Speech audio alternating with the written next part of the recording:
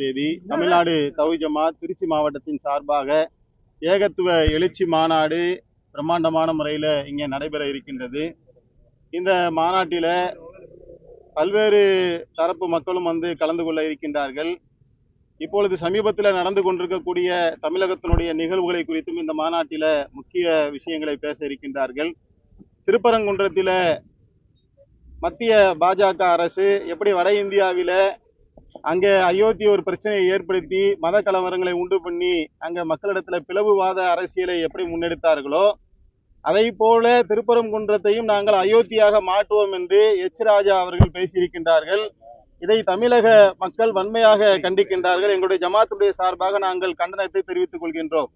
அங்கே இருக்கக்கூடிய இந்து சமுதாய மக்களும் இஸ்லாமிய மக்களும் ஒன்றுபட்டு அவருடைய வணக்க வழிபாட்டு முறைகளை 100 ஆண்டுகளுக்கு மேலாக நடத்தி வரக்கூடிய நிலையில இஸ்லாமியர்கள் இந்துக்களுடைய விரோதி என்கின்ற ஒரு சூழலை கட்டமைக்கக்கூடிய வேலைகளை செய்து வருகின்றார்கள்.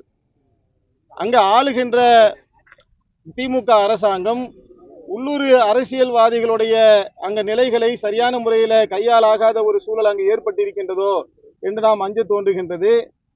கலெக்டர் அங்க உரிய வழிகாட்டுதலை கொடுக்காத காரணத்தினால் அங்கே பலியிடுவதற்காக எடுத்து செல்லப்பட்ட பிராணிகள் ஆரம்பத்திலே தடுக்கப்பட்டதுதான் பிரச்சனையினுடைய மைய புள்ளியாக இருக்கின்றது. தொடர்ச்சியாக ஒரு வழக்கம் நடைமுறையில் இருந்து கொண்டிருக்கக்கூடிய நிலையில எந்த சட்ட வடிவத்தை வைத்துக் கொண்டு அங்கே பலியிடுவதற்கு தடை விதித்தார்கள் என்பது நமக்கு தெரியல. இதை தொடர்ந்து சில இஸ்லாமியர்கள் அங்கே வந்து பலியிடுவதற்காக செல்லுகின்றார்கள். அதை மையமாக வைத்து பாஜக ஒரு அரசியலை அங்கே செய்து வருகின்றார்கள். எனவே ஆளுகின்ற திமுக அரசாங்கம் அந்த விஷயத்துல கூடுதல் கவனம் எடுத்து அங்கு அமைதியை முழுமையாக மீட்டெடுக்க வேண்டும் என்பதை எங்களுடைய ஜமாத்தின் வாயிலாக நாங்கள் கோரிக்கை வைத்துக் கொள்ளுகின்றோம். அடுத்து இரண்டாவதாக சீமான் அவர்கள் தமிழகத்துல குறிப்பாக நடந்து முடிந்த அந்த ஈரோடு தேர்தலில பெரியாரை எதிர்த்து கொண்டு அதை தன் பக்கம் ஒரு ஓட்டாக திருப்பலாம் என்ற ஒரு மனப்பாலோடு தேர்தலை சந்தித்தார்கள். மக்கள் அதற்கு தக்க பாடத்தை புகட்டி இருக்கின்றார்கள். அவர் 24,000 ஓட்டு வாங்கின உடனே அது என்ன சொல்லப்படுதுனாக்கா ஓட்டு சதவீதம் வந்து அதிகமாயிருக்கு அப்படின்ற ஒரு பார்வை மக்களிடத்துல வந்தாலும் கூட அது பாஜகவுடைய ஓட்டு தான் 12,000 ஓட்டு அவருக்கு அதிகரிச்சிருக்கே ஒழிய மற்றபடி ஒட்டுமொத்த தமிழக மக்களும் குறிப்பாக ஈரோடு வாக்காளர்கள் சீமானுடைய இந்த பெரியார் எதிர்ப்பை ரசிக்கவில்லை, மாறாக எதிர்த்திருக்கின்றார்கள் அப்படிங்கிறது தெள்ள தெளிவாக அந்த தேர்தல் களம் வந்து நிரூபித்திருக்கின்றது.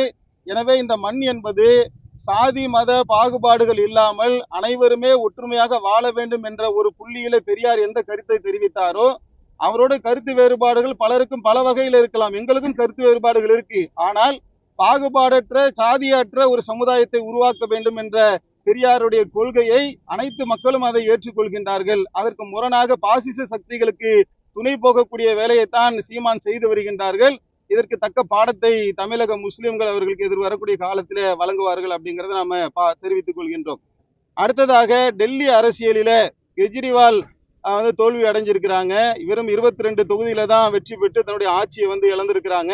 இதுக்கு முக்கியமான காரணம் வந்து அவர்கள் இந்தியா கூட்டணியில இருந்து சேர்ந்து செயல்படாம தனித்து நின்ற காரணத்தினால் ஓட்டுகள் வந்து பிரிஞ்சிருக்கு. ஏறத்தாழ 13 தொகுதிகளிலே காங்கிரசும் ஆம் ஆத்மியும் ஒன்றிணைந்திருந்தாங்கன்னு சொன்னா வெற்றி பெறுவதற்கான சாத்தியக்கூறுகள் புள்ளி விவரங்களோடு வெளியே வந்திருக்கு. அப்ப இந்தியா கூட்டணியை வந்து அங்க ஒன்றாக சேர்ந்து தேர்தலை சந்தித்திருந்தால் இன்றைக்கு கெஜ்ரிவால் ஆட்சியை அமைத்திருக்கலாம். கெஜ்ரிவாலுடைய தவறான முடிவுதான் அங்கு ஆட்சி இழப்பதற்கு காரணமாக அமைந்திருக்கின்றது. எனவே பாராளுமன்றமாக இருந்தாலும் சரி சட்டமன்ற தேர்தலாக இருந்தாலும் சரி இந்தியா கூட்டணி வலுவாக இருக்கக்கூடிய பல மாநிலங்களிலும் அது கேரளாவாக இருந்தாலும் மேற்கு வங்காளமாக இருந்தாலும் இப்படி எல்லா இடங்களிலுமே ஒரு ஒற்றுமையாக இந்த களத்தை சந்திப்பது மூலமாகத்தான் மத்தியில பாசிச அரசாங்கத்தை வீழ்த்த முடியும், தமிழகத்துல மதவெறியை ஒழிக்க முடியும், இந்தியா ஒரு அமைதி பூங்காவாக திகழும் என்பதை எங்களுடைய கோரிக்கையாகவும் கருத்தாகவும் வைத்துக் கொள்கின்றோம். தலைமை சரியில்லாத தலைமை ஒத்த தலைமை இல்லைங்கிறதான் பிரச்சனையா இல்ல அவங்களுக்குள்ள காங்கிரஸுக்கும் அவங்களுக்கும் இடையில ஒரு சரியான புரிந்துணர்வு வந்து இல்லை. அவங்க பாராளுமன்ற தேர்தல் என்று வரும்போது ஒரு மைய புள்ளியில வந்து இணைஞ்சிடுறாங்க. ஆனா வந்து மாநில அரசு என்று வரக்கூடிய நேரத்துல காங்கிரஸுக்கும் ஆம் ஆத்மிக்கும் இடையில இருக்கக்கூடிய உள்கட்சி ஒரு நெருக்கடியான சூழல் தான் அந்த இணக்கமான மனநிலை வந்து வராம போனதுக்கு ஒரு முக்கியமான காரணமா இருக்கு. இன்றைக்கு அதை வந்து 2 கட்சிக்காரர்களும் அதை வந்து புரிந்து கொள்கின்றார்கள். எனவே தான் எதிர்காலத்தில் இந்த நிலை இருக்கக்கூடாது, இது ஒரு நல்ல பாடமா எடுத்துக்கொண்டு இனி வரக்கூடிய காலங்கள்ல அந்த கூட்டணியை அமைக்கணும்னு நம்ம கேட்டுக்கொள்கிறோம். அதே மாதிரி அதைத்தான் நம்ம சொல்ல வரோம். இப்ப மம்தா பானர்ஜியோட நிலைப்பாடு என்னவாக இருக்கும்னா பாசிச பாஜகவுக்கு தான் அது ஆதரவாக அமையும். பொதுவாகவே தேர்தலுங்கிறதுங்க அது வந்து ஓட்டு எண்ணிக்கையை வைத்து கூட்டணியை வைத்து தான் பெரும்பாலும் வந்து தீர்மானிக்கப்படுது.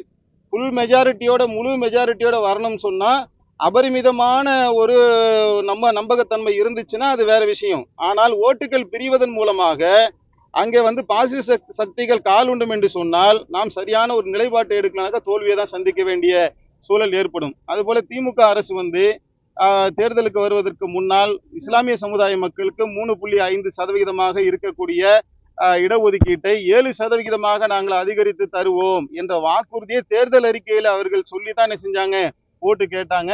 இப்ப 3 ஆண்டுகளுக்கு மேலாக கடந்து விட்டது, இன்னமும் இடஒதுக்கீட்டை அதிகரித்து தரவில்லை. சமூக நீதியை பேசக்கூடிய திராவிட முன்னேற்ற கழக அரசு இஸ்லாமியர்களுக்கு உரிய இடஒதுக்கீட்டை வழங்குவதன் மூலமாகத்தான் எதிர்வரக்கூடிய சட்டமன்ற தேர்தலில அவர்கள் தேர்தலை சரியான முறையில் சந்திக்க முடியும், இஸ்லாமிய மக்களுடைய வாக்கை அவர்கள் பெற முடியும் அப்படிங்கிறத இந்த மாநாட்டினுடைய முன்னோட்டமாக நாங்கள் தெரிவித்துக் கொள்கிறோம்.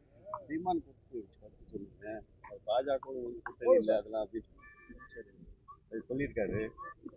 நீங்க இதை எப்படி பாக்குறீங்க? ஆக்சுவலா கடந்த தேர்தலோட கூட வாங்கியிருக்காரு, அதைத்தான் நம்ம சொன்னோம். சொன்னோம். அதிகரிச்சுட்டே இருக்குனாக்கா அவரோட செல்வாக்கு அதிகரிச்சு. அதாவதுங்க, பாஜக தேர்தலில் நிக்கல, அதிமுக நிக்கல, திமுகவும் சீமானு மட்டும்தான் களத்துல நிக்கிறாங்க. அப்ப மக்கள் வந்து பிஜேபிக்கு ஓட்டு போறவங்க யாருக்கு போடுவாங்க? பிஜேபியை பின்பற்றக்கூடியவர்கள் சனாதனவாதிகளாக பெரியாரை எதிர்க்கக்கூடியவர்களாக இருக்கிறாங்க. அந்த ஓட்டு முழுக்க எங்க போயிருக்குனாக்கா சிந்தாமல் சிதறாமல் சீமானுக்கு தான் போயிருக்கு. ஏற்கனவே ஈரோடு தொகுதியில பிஜேபி வாங்கிய ஓட்டுகள் 12,000.